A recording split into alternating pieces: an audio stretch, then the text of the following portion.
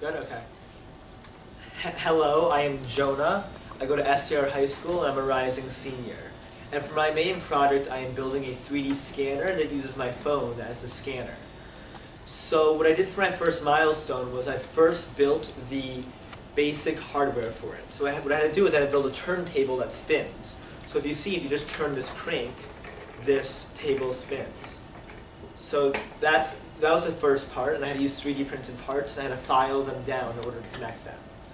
So the next thing I had to do was I had to find general software that would actually be able to take my phone's images and compile them into a 3D image. So I found software that was sort of functional, and I was able to play around with it and get it to work.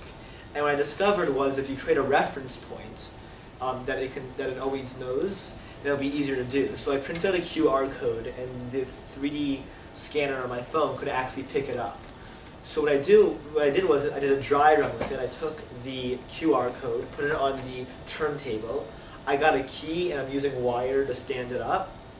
And what I did was, if you see, I was able to crank it around, and while I was doing that, I was scanning it. So what I did was I was able to compile this image into a semi-3D printable file. So what I did was I converted that file into an STL file and sent it to my computer, where I had it on MeshLab and I toyed around with it.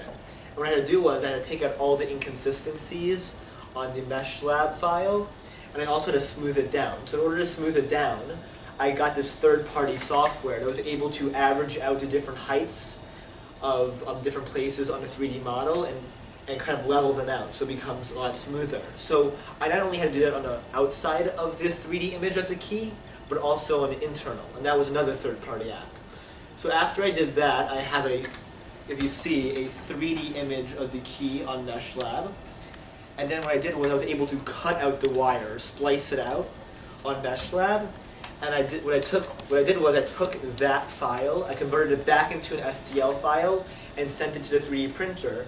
And then what I was able to do was I was able to make a 3D replica of my key. So granted, it is not beautiful, and it's a bit bigger than the actual key, but it's very good for a dry run. And that was my first milestone.